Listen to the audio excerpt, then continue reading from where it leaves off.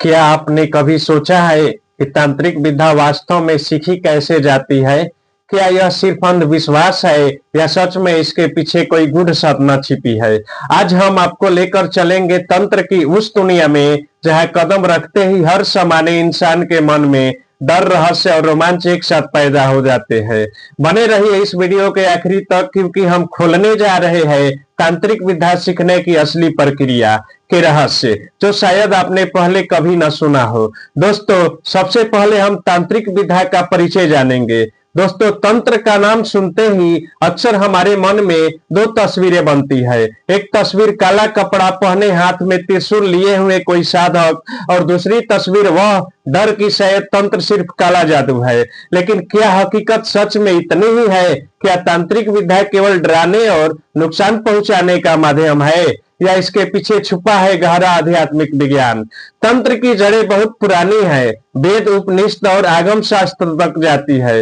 यह सिर्फ एक जादू नहीं, एक ऊर्जा का साधन है। पुराने समय में लोग बीमारियों, बुरी नजर और अदृश्य बाधाओं को दूर करने के लिए ओझा और तांत्रिक के पास जाते थे, क्योंकि उन्हें विश्वास था तो यह साधक उस अदृश्य शक्ति से संवाद कर सकते हैं जिससे आम इंसान डरता है। यानी तांत्रिक विद्या को समझने के लिए यह जानना जरूरी है कि यह साधना साधक और ब्रह्मांड के बीच एक गहरा रिश्ता बनाने की प्रक्रिया है।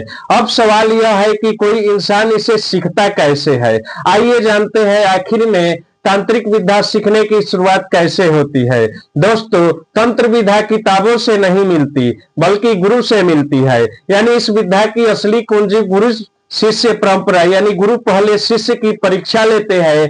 क्या उसका मन स्थिर है? क्या उसमें भय पर नियंत्रण करने की क्षमता है? क्या वह लंबे समय तक कठिन अनुशासन निभा सकता है?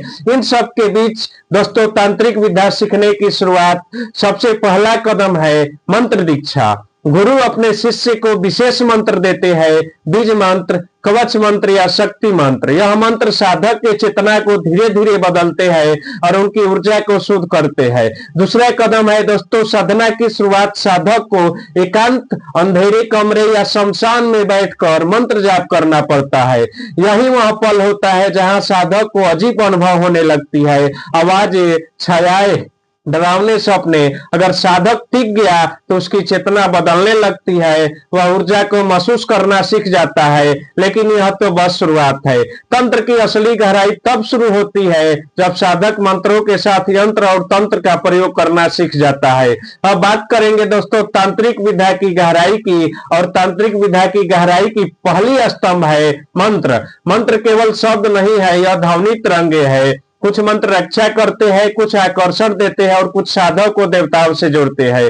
दूसरा स्तंभ है दोस्तों यंत्र, ऊर्जा को केंद्रित करने वाला उपकरण, जैसे श्री यंत्र, काली यंत्र, भैरव यंत्र। यह साधक को ब्रह्मांडीय शक्ति से जोड़ते हैं। अब आते हैं दोस्तों तीसरा स्तंभ है। तीसरा स्तंभ है दोस्तों तंत्र का मतलब है मंत्र और तंत्र का सही समय, स्थान और विधि से प्रयोग। शमशान, पीपल के नीचे, नदी किनारे, यही तंत्र साधना की स्थल होते हैं। साधक नींबू, लौंग, राख और धूप जैसी वस्तुओं का प्रयोग करता है। सोचिए, रात का समय है, दीपक जल रहा है, साधक मंत्र जप कर रहा है और अचानक उसे महसूस होता है कि कोई अदृश्य शक्ति सामने खड़ी है। यही है तंत्र की असली गहराई। लेकिन दोस्तों, यही गहराई साधक के लिए सबसे बड़ी चुनौती भी बन जाती है।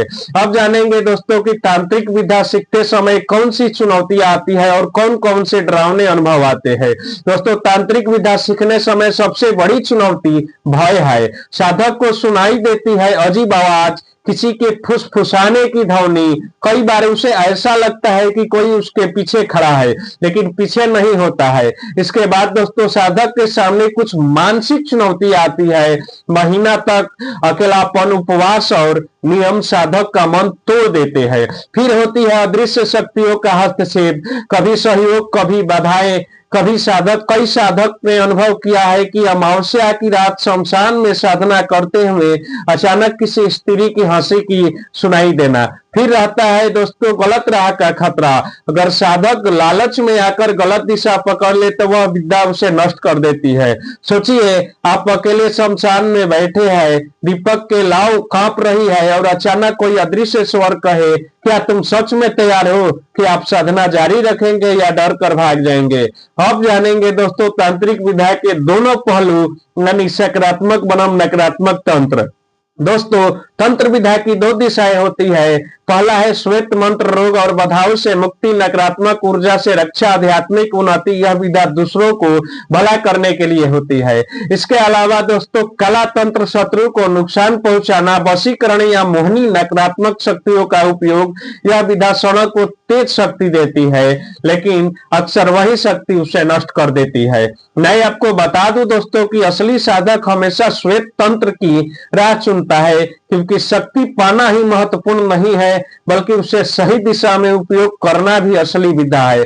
अब सवाल आपसे है, अगर आपको मौका मिले तो आप कौन सी रास्ता चुनेंगे, श्वेत तंत्र की उजली दुनिया या काला तंत्र की अंधेरी गहराइया? तो दोस्तों आज हमने जाना कि तंत्र विद्या का आधार है गुरु की दीक्षा। इसमें मंत्र, यंत्र और तंत्र का गहरा मेल है। साधक को भयावह अनुभव और कठिनाइयों से गुजरना पड़ता है और अंत में उसे चुनाव करना होता है, सकारात्मक राह, नकारात्मक राह। यानी तंत्र विद्या वरदान भी है और अभिशाप भी है। यह पूरी तरह साधक पर निर्भर करता है कि वह इसका उपयोग किस दिशा में करता है। अब मैं आपसे पूछता हूं, आपके हिसाब से तंत्र विद्या क्या है? एक अंधविश्वास, एक खतरनाक खेल, या ब्रह्मांड की अदृश्य शक्तियों से जोड़ने का असली विज्ञान? नीचे कमेंट करके जरूर बताइए। और हाँ, अगर यह वीडियो आपको रोचक लगा हो तो इसे लाइक कीजिए, दोस्तों के साथ शेयर कीजिए और चैनल को सब्सक्राइब करना मत भूलिए, क्योंकि अगले वीडियो में हम बात करेंगे शमशान साधना का रहस्यमय कहानियां का। तब तक के लिए जुड़े रहिए हमारे साथ। हम याद रखिए, हर रहस्य का उत्तर हमारे आसपास ही छुपा है, बस नजर चाहिए देखने की।